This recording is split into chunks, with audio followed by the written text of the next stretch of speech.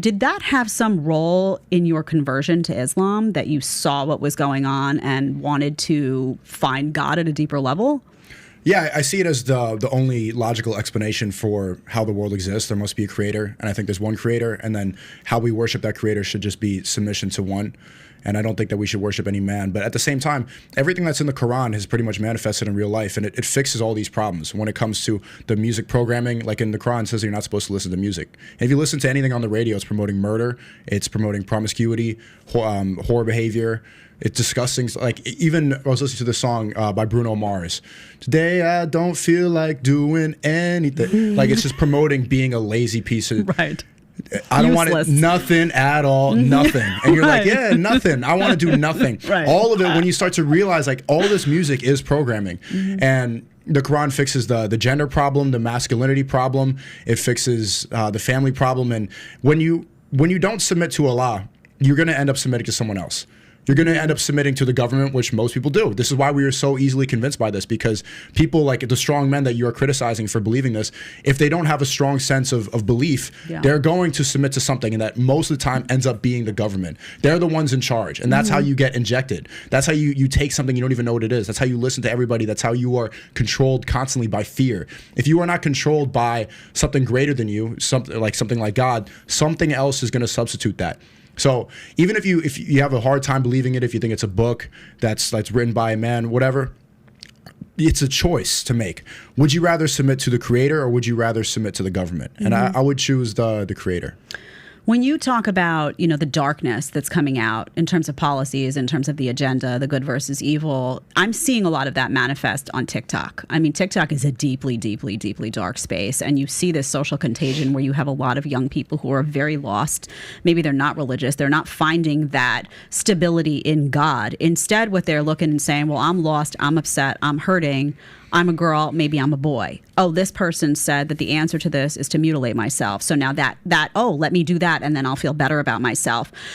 What do you think about that? What's going on with young people? That's submission to the woke agenda. They're confused. They're depressed. They're on their phone all day. They're just looking at celebrities, looking at dancing. They look at people more successful who are better looking than them. They get upset. They don't know where to go to. And so then they offer this thing. Some dude will go on a screen, like a trans guy with the beard and makeup. Hey, kids.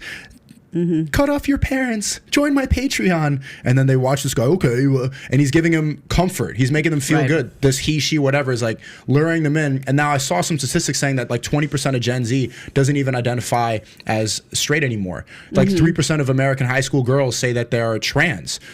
This is not normal at all. And it has nothing to do with homophobia, transphobia. There's no way that that's possible, that this amount of people are queer, are different, are not even the correct gender that they were born as. So that's become the new religion. Wokeism, feminism, this whole thing has become people's worldview, their ideology.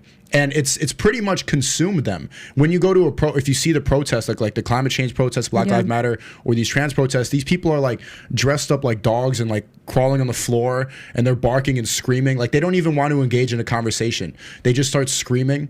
And if you start to question them, they just get upset. You can ask them like, what do you think about Trump or Biden? Trump's racist. Okay, how is he racist?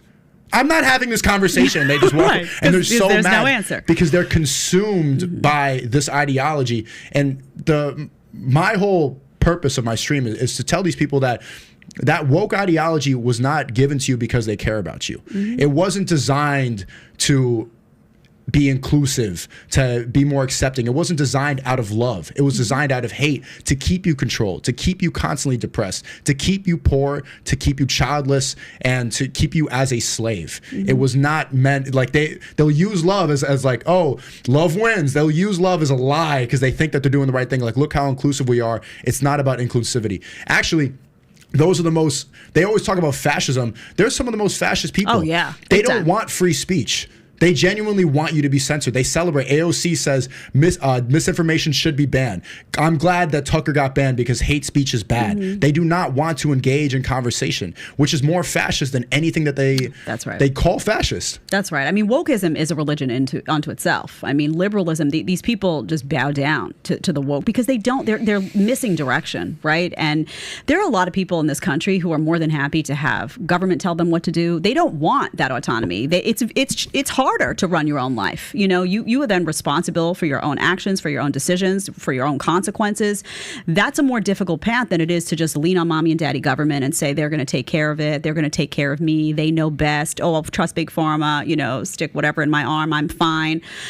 So there's an increasing number of people that just, I don't know what's happening in terms of the breakdown of the family, really, in terms of the role there. But it could be that, you know, the breakdown of the family is playing a key role in that as well, because they're missing that hardcore parental unit and they're going out into the world feeling lost and afraid. You mentioned feminism. I want to get to, you became, you know, famous, I guess we could say, in this space talking about traditional gender roles.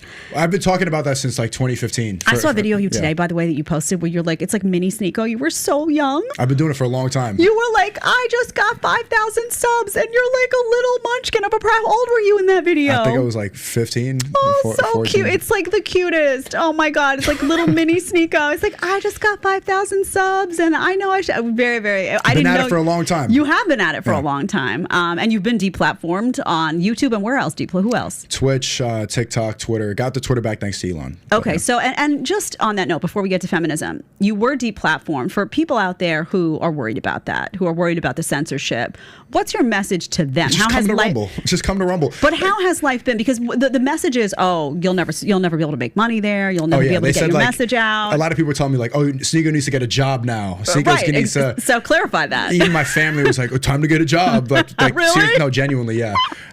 People were like, oh, he's gonna go broke. Like some people who are like watching but hate watching. There's a lot of people that do that. They're like, haha, yeah. Now what happened to the Matrix stuff? And then, but you're able to survive it. I would say that my voice is more prominent now than it has been even when I had YouTube, because you kind of get martyred in a sense. And so I can do these guest appearances and say what I have to say.